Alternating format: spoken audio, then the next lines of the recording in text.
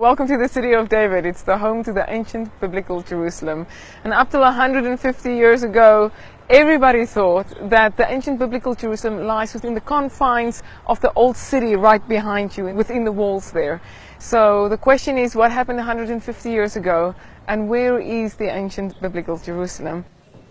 She then helped answer that question by explaining how the City of David lay hidden for nearly 2,000 years, until a British archaeologist began a discovery that continues to this day.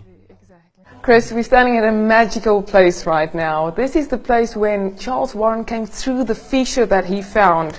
He saw something, and when Charles Warren saw this, he knew that he rediscovered the ancient biblical Jerusalem. Was this the beginning, sort of the unveiling of the City of David in the modern time? Exactly, because now we're speaking of a 2,000-year period where nobody knew where the ancient city was. Most people thought when they came that what they saw in the old city, that was ancient biblical Jerusalem. It's only when he found this that he discovered, but wait a minute, the ancient Jerusalem lies outside of what we call today the old city. The discovery of this tunnel system, known as Warren Shaft, visually tells how King David captured the city and brings the Bible to life. When we saw this, we suddenly saw exactly how the picture came together. And many times when we do excavations, we also don't know what we're looking at. And then we have to go to the Bible, and that starts explaining it. So it's the Bible and the excavations and the Bible coming together, giving us the full picture of ancient Jerusalem. Further down, they found where men became kings. Most of the kings of Israel was anointed where we're standing right now. We are standing at the place of anointing. And Isaiah says, "You will draw forth water with joy from the springs of salvation." In fact, the City of David echoes with the people of the Bible.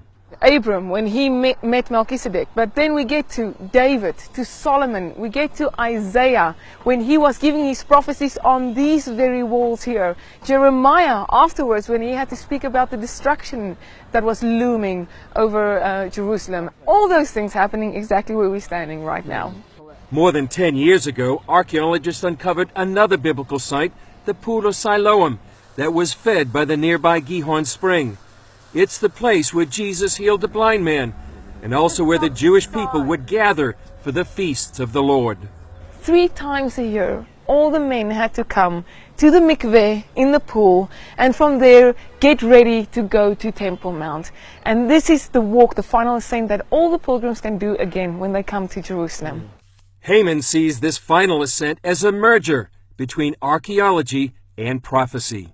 Something amazing is happening, Chris, because we said that we are now excavating this road. And again, prophecy is being fulfilled, because it says in Isaiah, build up the road, the highway. And it says, remove the stones for my people's return. One ongoing excavation is this tunnel leading from the Pool of Siloam to the Temple Mount. Haman says it reveals the past and opens a door to the future. One of the City of David's most ambitious projects is this excavation called the Givati, where the entire history of Jerusalem is being revealed as if the rocks are crying out. You can see exactly how she slowly disappeared from civilization, because one city was built upon the other. And you could see how the city could have lost hope, thinking, who's ever going to discover me again? Until God says, but in a time of favor, nothing can stop it. And that's what we see in Givati. Jerusalem is slowly being revealed.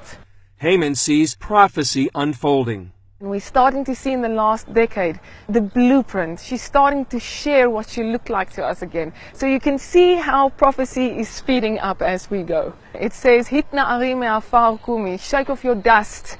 Arise, take your rightful place, Jerusalem. If you see the excavations here on a daily basis, you can see the buckets flying. You can see the dust literally flying about, how she is shaking off her dust. She considers her role in the City of David a privilege. I call myself the luckiest person in the world, the luckiest girl in the world, because I have the opportunity to take what we see here and tell the people about the City of David, about the ancient Jerusalem. And every person that is passionate about Jerusalem and serious about biblical prophecy needs to know this.